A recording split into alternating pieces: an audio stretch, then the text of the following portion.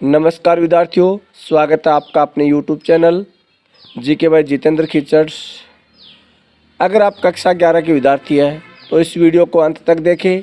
मैं आज आपको कक्षा 11 हिंदी साहित्य का एक ऐसा पेपर बताने वाला हूं जो आपके हाफ ईयरली एग्ज़ाम 2021-22 में आने वाला है।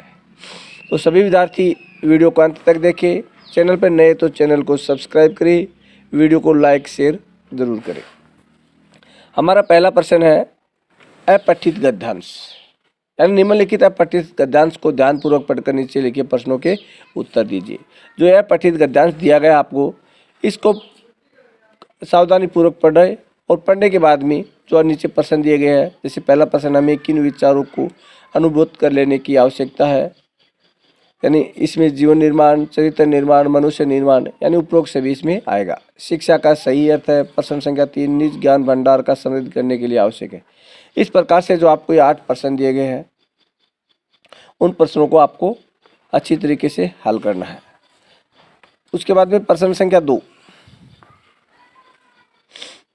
निम्नलिखित अपठित गद्यांश को ध्यानपूर्वक पढ़कर नीचे दिए गए प्रश्नों के, ये जो पद्यांश दिया गया आपको, इस पद्यांश को आपको ध्यानपूर्वक पढ़ना। जैसे अरे वर्ष के हर्ष बरस तू बरस बरस रसधार, पार ले चल तू मुझको कहाँ, बहा दिखा मुझको निज, यानी इसको ध्यानपूर्वक पढ़ो। उसके बाद में जो इसके प्रश्न दिए गए, जैसे पहला प्रश्न है, बादल को वर्ष के हर्ष क्यों कहा गया है, यानी धन धान्य के लिए, किसानों के लिए, प्राणियों के लिए, सबके लिए ही कहा गया है, इसलिए इसका भी उपरोक्त सभी आएगा। इसी प्रकार से इसके जो 8 प्रश्न है, उन 8 प्रश्नों को आपको ध्यानपूर्वक इसका उत्तर देना है। परीक्षा से पहले एकदम कंप्लीट रूप से तैयार करना है। उसके बाद प्रश्न संख्या 3, अपने जीवन की किसी अविस्मरणीय घटना का अपने शब्दों में वर्णन करना, या अपने विद्यालय में आयोजित क्रिकेट टूर्नामेंट का वर्णन करना।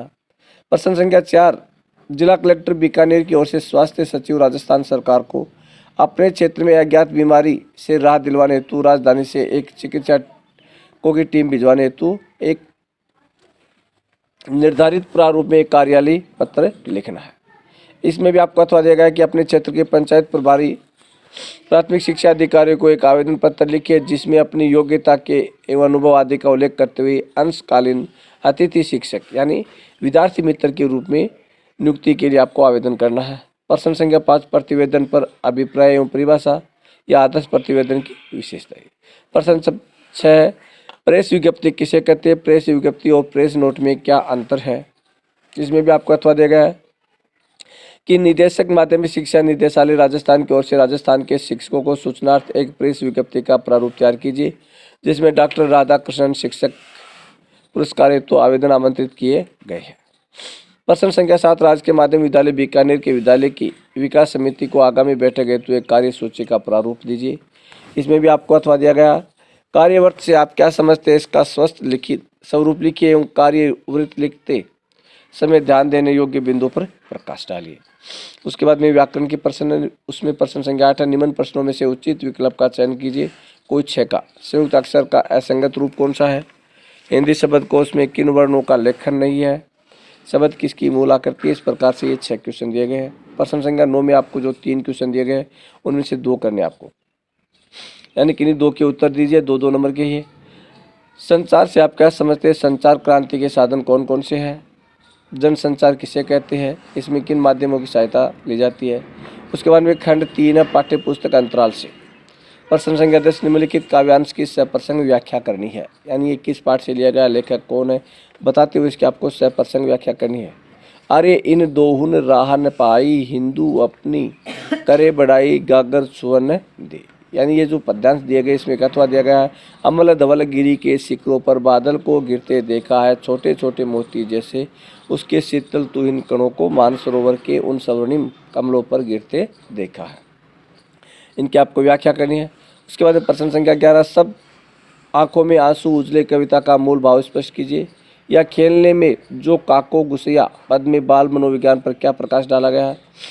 उसके बाद में प्रश्न संख्या 12, अन्न भावे नींद न आवे का क्या कारण है, ऐसी स्थिति क्यों होती है कि अन्न भी नहीं पाता और नींद भी नहीं आती है।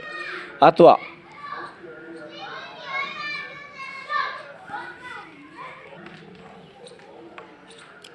किन्हीं 3 प्रश्नों के उत्तर दीजिए, यानी आपको 5 प्रश्न दिए गए, उन 5 में से किन्हीं 3 को आपको उत्तर देना।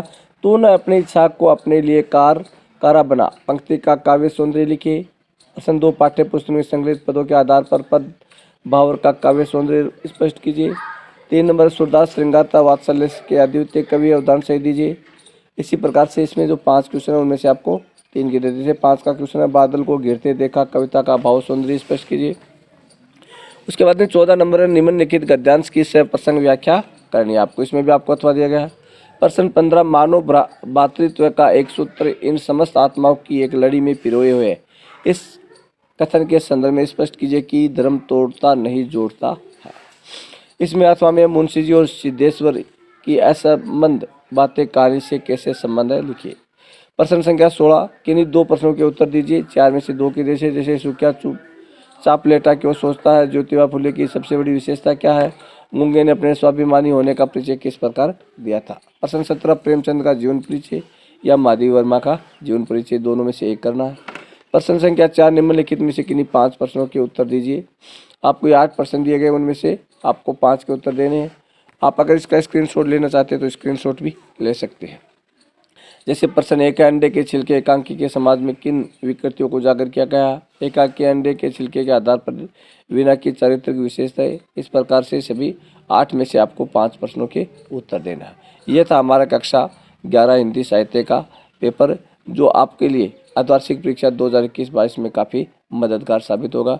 इसी के साथ हमारा वीडियो समाप्त होता है। जय हिंद, जय भारत, जय जय राजस्थान।